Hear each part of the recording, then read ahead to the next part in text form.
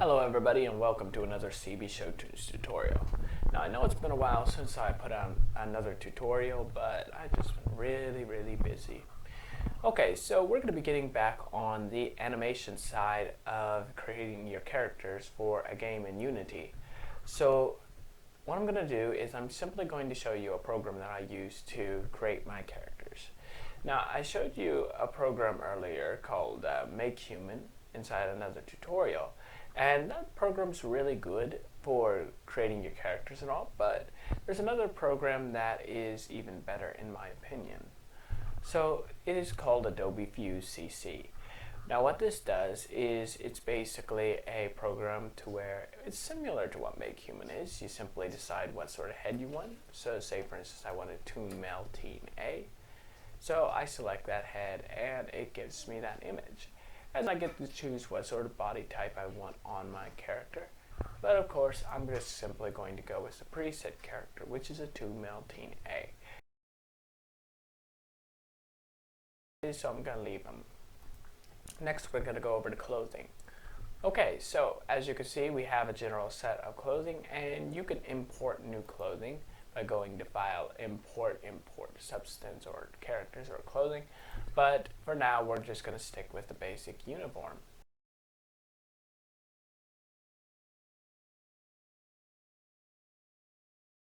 Alright, so now you can save to CC libraries, which basically means you're saving to this program, which of course means that you're saving on your computer, or you could save to Mixamo. Now Mixamo is my animator.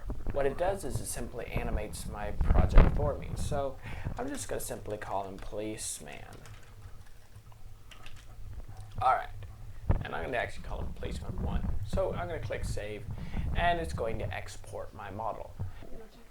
To get to Mixamo, you just have to go to www.mixamo.com and you'll get that up easy. Okay, so once this thing's done, it's going to open up a new web page for Mixamo. So as you can see, it says prepare a model for rigging. So blah blah blah, let it take its time, and we should be up in about maybe 10 seconds, maybe. Well, anyway, there we go. For a second I was at a loss. Alright, so I'm going to go and close down my other Mixamo because I don't need it now. And as you can see, we have our auto rigger. Now the auto rigger takes about 60 seconds or less to rig your project, which is really good. So as you can see, it's basically saying I'm auto rigging your character. So it's basically building ourselves our skeleton, so we don't have to custom make our skeleton like inside Make Human. Perfect. Now we could have actually customized his clothing and all, going over to Fuse, Textures, and then selecting our clothing and customizing it, but I didn't want to do that for now. So anyway, I'm going to click X on this and click Discard, and now we're into this right here. So you can choose how much detail you want to your character. You could change the standard skeleton, which is 65 bones, to a 3-chain finger, 49 bones, to a 2-chain finger for 41 bones, to no fingers for 25 bones, and so on. But we're going to go with the standard skeleton. So now we just need to update rig, and it will update the rig for us. Alright, so now we just need to click Finish. There we go. Now this basically tells you what you could use it for. Game engines, Unity, Unreal, and more. And games, other Source, Filmmaker, Gary Mod, Second Life, Dota 2, and so on. And of course your 3D softwares. Okay, so we're going to animate this. So we're going to click Animate. And as you can see, we have a lot of preset poses that we could do for our character. So you can go and get packs for your character, or you simply just have to come up here to the product type and simply type in what you want. So we want a idle animation. So we're going to click Enter. And as you can see, we now have an idle animation. So all we need to do is select one of these things, and it will show us an idle animation. And that looks pretty good. So we're going to add the pack. Okay. Now we want a walking animation. So we're going to add a walking animation. Now you could have a running and jogging animation as well, or a jumping animation, but I personally don't really feel like doing that. So I'm going to just choose a simple walking animation. That looks pretty good. So we're going to add to pack. Perfect. Okay, so now since we got that, I'm going to just use these two inside this asset.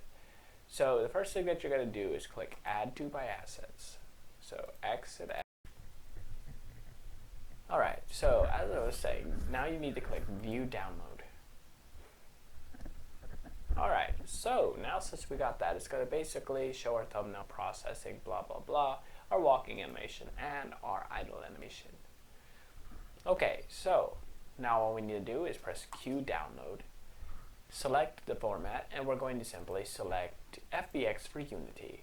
Now if you're using any other software, then do that, but we're using Unity. Make sure that you keep this as a T-pose, keyframe reduction, go ahead and leave it as is, and frames per second, leave it as is. So we're going to Q Download, and as you can see, it's going to be processing our download. Perfect. So now since it's done, we're going to click Download. Now that can take a lot longer than that, but for now we're not even worried about it. Okay, so it's going to open inside a zip file. I of course don't really use it, so I'm going to use a custom folder that I made. So I'm going to go to Desktops, I'm going to right click, create a new folder, and it's going to be called Characters Downloaded. Okay, so we're going to go into Characters Downloaded,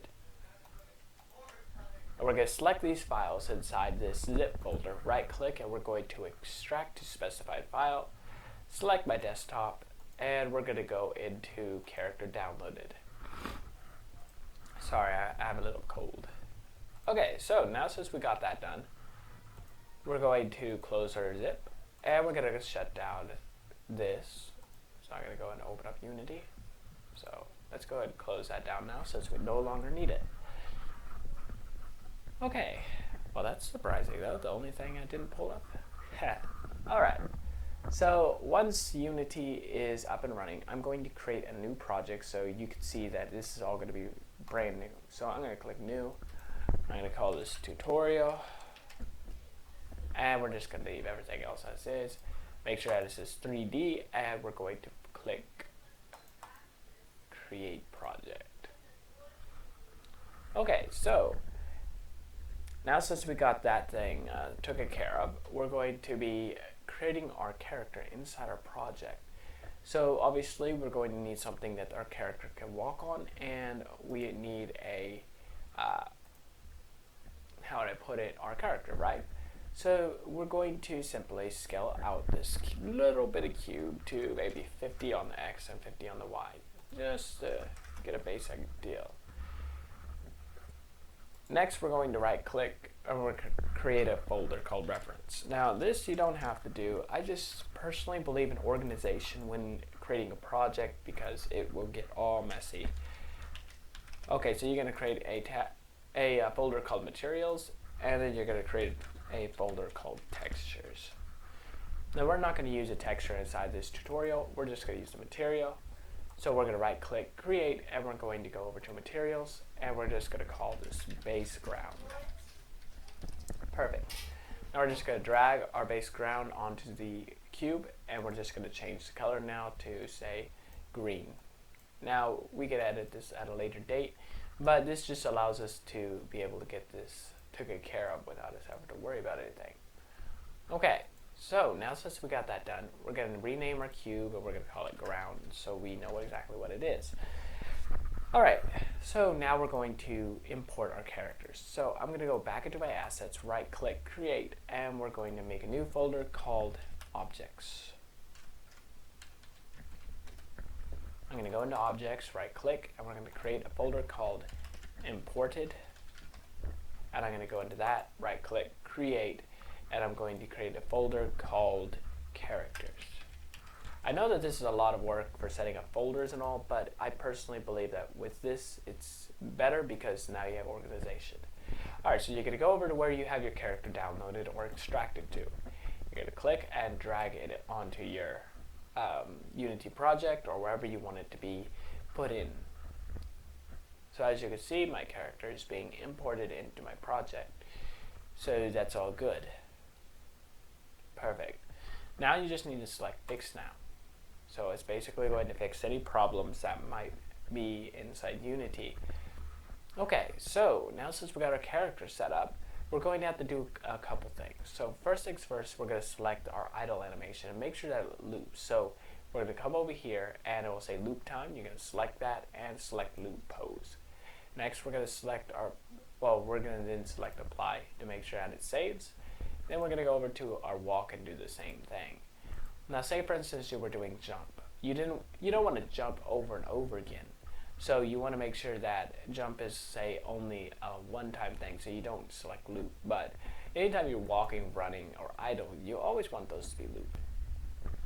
Okay, so now since we got that done, we're going to add our character into our scene by just dragging our character there. Alright, now as you can see, he looks like he's on the ground, so we're just going to leave him as is. But if we look at our character, you can see his eyes are like sticking out of his head. And this is a really easy fix, okay? So all you need to do is come over here, select the body, and then simply go over to Legacy Shaders and change it to Bump Diffuse. Alright, you don't have to worry about the mesh. The mesh is something completely different. So you just need to worry about the textures, or the ones that are textured. Okay. So as you can see, now our character is fixed. Alright, so when I press play, and we look at our character, obviously he ain't doing worth crap, right? And so I'm also going to align our camera with my view so we can see. Man, this cold is killing me. Okay, game object, align with view, perfect. Okay, so as you can see, our character does absolutely nothing. So to fix this problem, we're going to go back into our assets. We're going to go right click, create folder, and it's going to be called animations. We're going to go in here, right click, create, and we're going to add in our animator controller. This will be called Policeman 1 Anim. There we go. So now we're going to go into here and basically it will give us this information right here. Now as you can see, it's empty. We don't have anything in there. So we're going to go over to our characters and we're just going to simply drag in our idle. What this does is it basically says that our idle is going to be our main page, or basically our main effect. So since our idle's already on looping, if I just decide to press play, as you can see, our character doesn't do anything because he has nothing on him. So we still need to go over to our scene, select our policeman, and we're going to drag over our policeman anim on him. So now his animator controller is our anim. So now we're going to press play again. And as you can see, our character is now animated as a idle, right? Now we want to add another effect onto our character, right? Now, in our previous tutorial, we just stuck with just putting one here, and basically it was just like, okay, this is going to be this is going to be this. And we actually want to fix this to where if we're walking, then we'll switch over to walking. If we're idle, then we're switching over to idle. So we're going to add a boolean. Now, there's many ways of doing this, but I'm going to just call it running, or is running. So if is running is equal to true, then we're going to be making a transition to walking. So we're going to select this transition, which is this arrow, and we're going to add a condition. So if is running is true, then, or actually we're going to change it to is walking because technically you're walking. So there we go. If is walking is true, then this will be in effect. If is walking is false, then this will be in effect. See how it works? Simple, right? Now, the more effects that you have, the harder it's going to be. But, you know, it's up to your own discretion. Okay, now, finally we're going to fix these two things to where they will not run into each other, right? But first things first is we're going to be able to make our program to, well, allow our character to move. So we're going to create another folder, and it's going to be called scripts. We're going to go into scripts, right click, and we're going to be calling this a C# script called police 1 anim controller. There we go. Now you could call this whatever you want, but I'm just going to call it that just for my own private use. So I'm going to open up MonoDevelop. I mean, I personally like MonoDevelop better than a lot of the other programs use, but you know. Okay, so as you can see, we have our police 1 anim controller, which is the name of our project.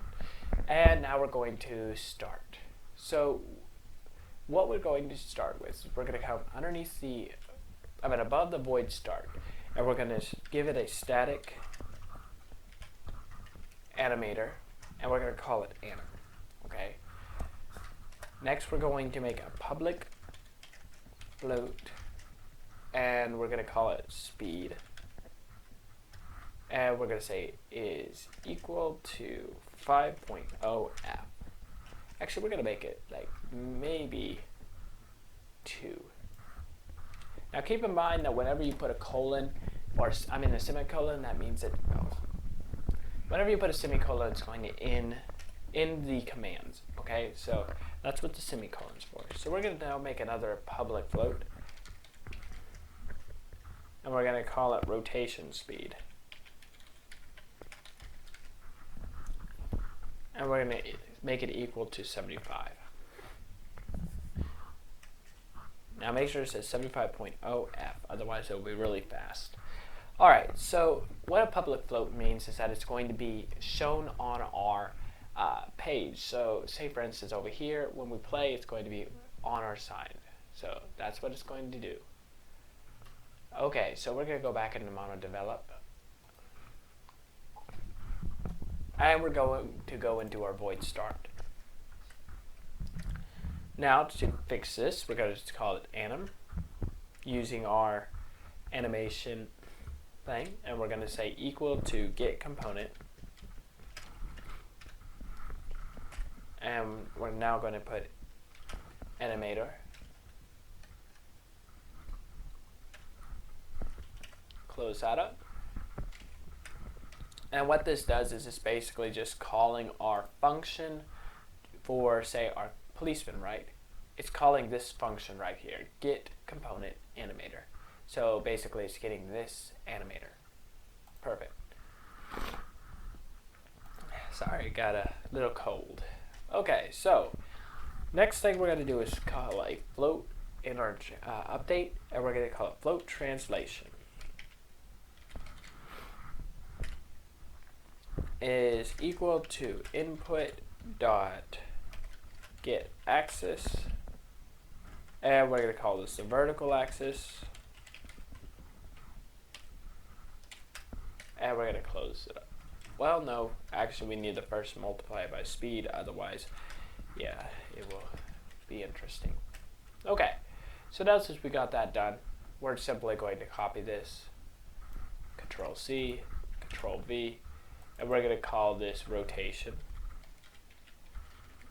Now spelling is key. Rotation. Spelling is key for the most part, but just make sure that you spell everything correctly, otherwise it will screw up your project. So we're going to change this to rotation speed. Okay, perfect. Now we're going to say translation, calling this variable that we just created, multiplied equals time dot delta time. Now I'm personally not, oh that's, that ain't it, just delta time. I personally don't know why we use time dot delta time as much, but I do know that it does slow down a large margin frames per second.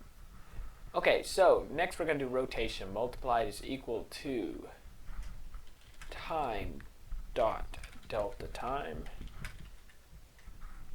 Oh, I accidentally said divided. Dot. And we're just going to close this up again.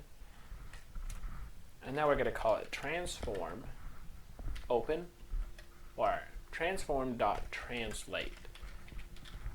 And now we're going to do open 0, 0, translation.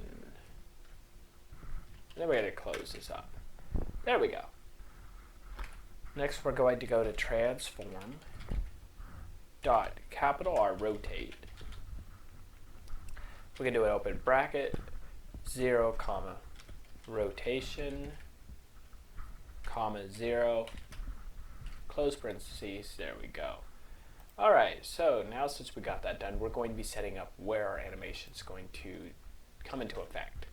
So we're going to set up an if statement called if translation, basically saying our translation, which is our movement now, is not equal. That's what the exclamation mark means. It means not. And now we're going to say 0. We're going to close, open, enter, enter, close. Unless you have an auto one that does it, and then, you know. Alright, what this means is that if it's not equal to 0, so if it's a negative, so whenever we move our horizontal position, or I mean our vertical position, what happens is it basically moves either +1 or -1. So our position is always either 1 or a -1. Which means that if our translation is not equal to 0, then our animation is going to be set to anim.setBool. And now we're going to basically put in our is walking. There we go. So now our is walking, then we're going to do comma is equal to true. And now we're going to put our semicolon, and as you can see, it's completely done. Now we're going to come down here, press enter, and do else, open, close. Make sure that you have that open and close, otherwise it will screw up your program. Okay, now we're going to do anim.setBool, and we're going to do the same thing, is walking, comma space, false. All right, perfect. So now since we got that done, we're going to go back over to our character, make sure we have our character selected, and we're going to add in our component. So now if we press play, okay, well, he's not moving just yet. All right, let's see what we got wrong. So we're going to press play again, but this time, 1 second. I got to unmaximize it. I'm going to press play, and I'm going to look at our animator. As you can see, it's running through our animation. And when I press forward, backward, sideways, it ain't doing anything, right? So I need to go and fix this, right? So we're going to go into our animator and figure out what's going on. So as you can say, is walking is equal to true. Oh, I see what we might have done. Is walking is equal to true. Okay, that is correct. And is walking is equal to false. Perfect. Okay, so that's all good. So we're going to Control S on this, and we're going to head back over here. Oh, we need to take away has exit time, okay? Now what that does is it allows us to, alright, let me head back over to our animator. Has exit time basically will continue doing the same move until it finishes, okay? So we don't want that. As you can see now, we have our walking animation. Okay, so just make sure that you take away that has exit time, otherwise it will continue doing the same thing until it finishes. So say for instance, if I press play, as you can see, it's Alright, so yeah, just make sure that you have has exit time, took it off. So whenever you play, you can actually walk and do whatever you want to do. Alright, thank you guys for watching. I hope you guys enjoyed, and I will see you guys next time.